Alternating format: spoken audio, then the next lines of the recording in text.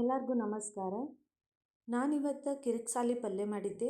ಭಾಳ ಅಂದ್ರೆ ಭಾಳ ಮಸ್ತಾಗಿತ್ತು ಈ ಪಲ್ಯ. ಇದನ್ನು ನಾವು ಬಿಸಿ ಬಿಸಿ ರೊಟ್ಟಿ ಜೊತೆ ತಿನ್ಬೋದು.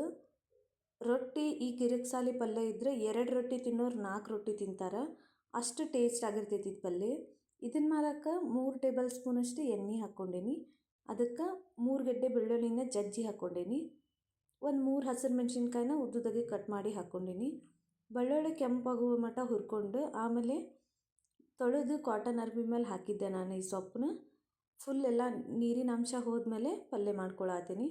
ಈ ಸೊಪ್ಪನ್ನು ಹಾಕ್ಕೊಂಡು ಇದಕ್ಕೆ ರುಚಿಗೆ ತಕ್ಕಷ್ಟು ಉಪ್ಪು ಹಾಕ್ಕೊಂಡು ಚಿಟಿಗೆಯಷ್ಟು ಅರಿಶಿನ ಅಷ್ಟು ಹಾಕಿದ್ರೆ ಮುಗೀತು. ಈ ಪಲ್ಯ ರೆಡಿ ಆಕೈತಿ. ಫುಲ್ ಸಾಫ್ಟ್ ಆಗೋ ಮಟ್ಟ ಬೇಯಿಸಿದ್ರೆ ಮುಗೀತು. ಕಿರಿಕ್ಸಾಲಿ ಪಲ್ಯ ರೆಡಿ ಆಕೈತಿ. ಇದು ನಮ್ಮ ಉತ್ತರ ಕರ್ನಾಟಕ ಒಳಗೆ ಫೇಮಸ್ ಐತಿ ಪಲ್ಯ.